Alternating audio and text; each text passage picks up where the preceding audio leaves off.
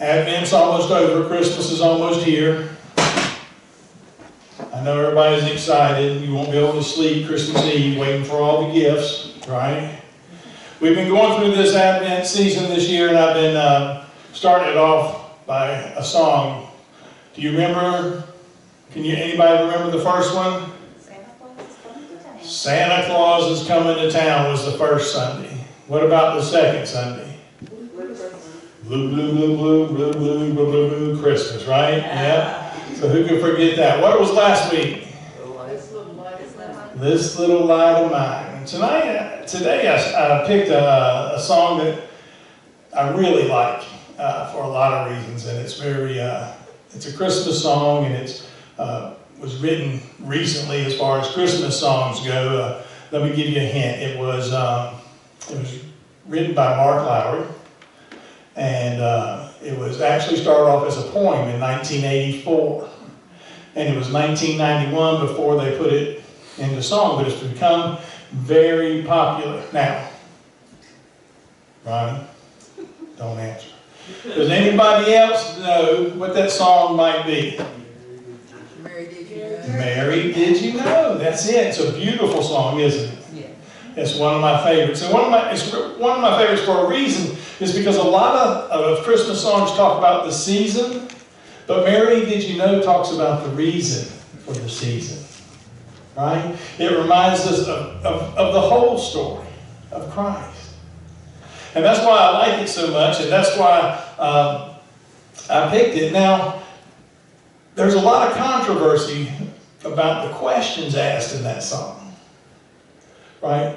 Mary, did you know? And there's some people who say yes, and some people say no. How many of you say yes, Mary knew? Are you familiar with the song? Okay, so how many? One?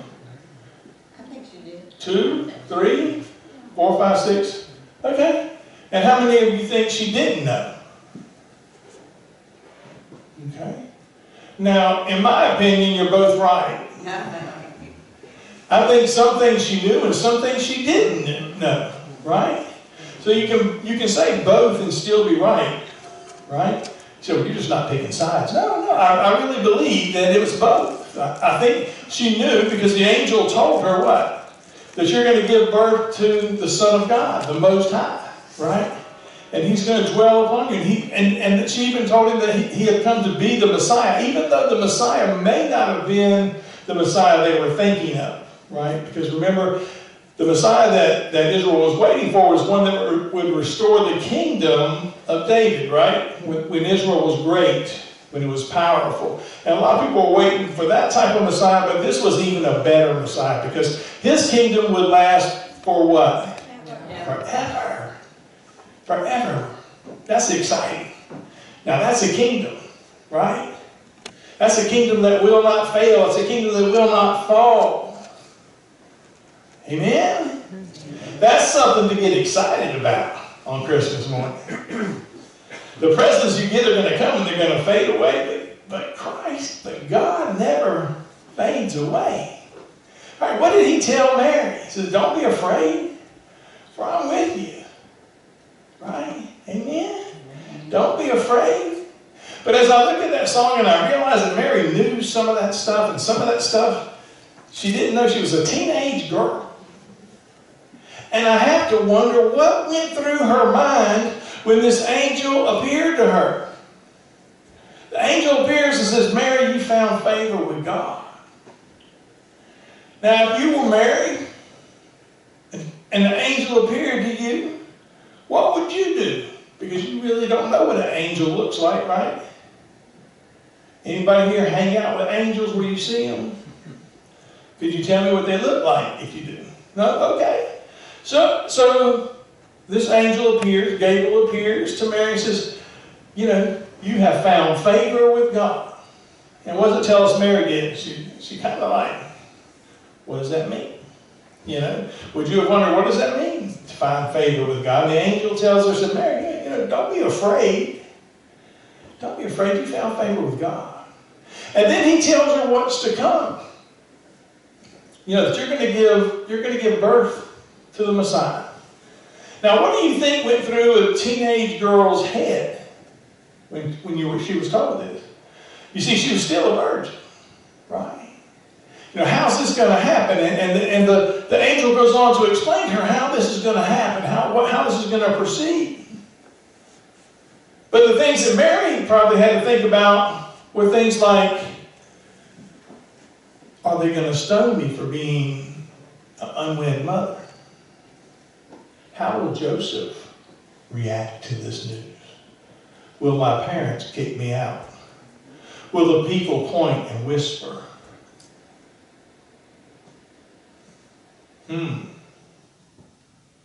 That's a lot to consider, isn't it?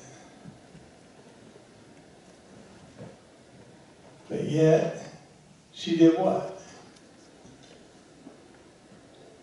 She didn't know all it was going to entail, but she did what? She believed. Her faith. She believed it. It's kind of a wild story when you think about it, right? If you had to go tell Joseph that story, right, let me tell you what happened, Joseph. You know, and if you were your fiance had come up to you and told you that, you would have been like, oh yeah, right? You know, but we know an angel appears to Joseph too, right? And tells Joseph, so we know that, but Mary didn't know that at the time, right? So she's running through this story in her head. I'm sure it was like, wow, what am I going to tell them? This is really a far-fetched story. This is something nobody's going to believe. Kind of reminds me of the story of the little boy who came up from Sunday school, and his mom said, "What'd you learn today?" He said, "You're not going to believe this, but Moses was leading his people out of Egypt, and they came to this sea, and he had his people build this bridge across it. And they all crossed over, and as the Egyptians were crossing over the bridge, he called in an airstrike and blew up the bridge, and they all drowned." And his mother said, "Did they really teach you that in Sunday school?" He said, "No, but you should have heard the story they were trying to tell." You know, a lot of times the stories in the Bible seem a little, what's the word? Embellished, right? If Ronnie told me that story, I'd be like, you know. But we know that the Word of God is what? True. It's true. And that's what we bank on, right? You see, Mary didn't know all the details. She didn't know that Jesus was going to calm the waters. I don't believe she knew that. I don't believe that she knew that he was going to walk on water. I don't believe she knew that he was going to heal the blind. I don't believe she knew that he was going to, do any of the miracles that he did. She knew he was special. She knew he was the Son of God. But I don't think she knew the details of what was going to transpire, right? Personally, I don't think she knew he was going to die on the cross. I can't imagine a mother going through life knowing that my child is going to end up on a cross at the end of his life. I can't imagine the torture that would be for a person. Can you? I think she knew what God needed her to know. But she didn't know it all. But yet she said what? "I am the Lord's servant." She said yes, didn't she? She said yes. And because she said yes, the world was changed forever.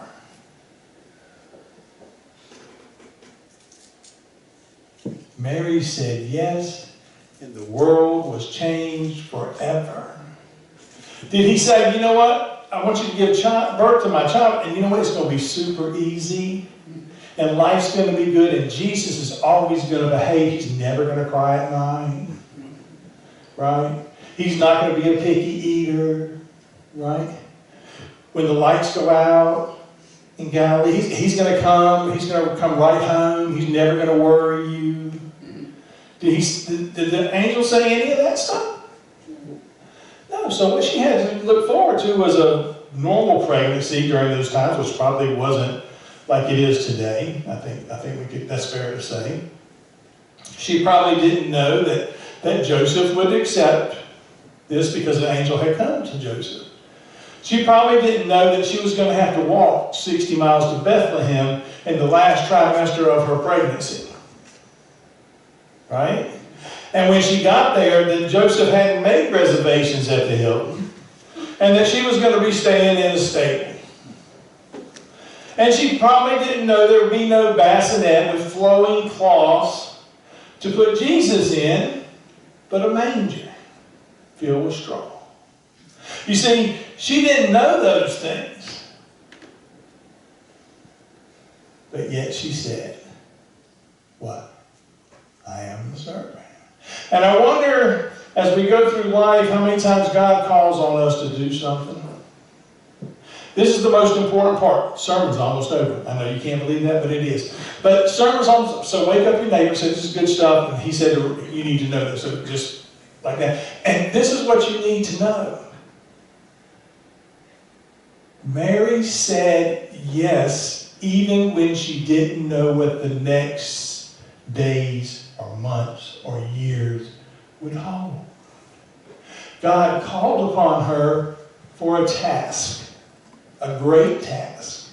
A task of giving birth to the Son of God. And not knowing, she said yes. You say, well, how does that apply to me? I'm not having no babies. This is how it applies to you. God will, at some point in your life, have a task for you to do. You need to keep your eyes and ears open for that task. You need to be tentative to hear the voice of God. And when He calls on you, you don't say, well, it doesn't work for me today, maybe tomorrow. You say, yes, I'm the servant of God. I always have been. Or ever since I accepted Christ, I have been. And I will be till the day I die. Because the answer is yes. Mary set an example for us, and she didn't even know she was doing it. But as we approach Christmas, we celebrate Christ, but we celebrate Mary's yes as well, and Joseph's understanding. So many things were behind the scene that came together that gave us this miracle, this Christmas, that gave us God with us. So when He calls you for that special day, for that special task or task, know as Mary knew, don't be afraid, for God's with you. And all God's people said, Amen. Amen.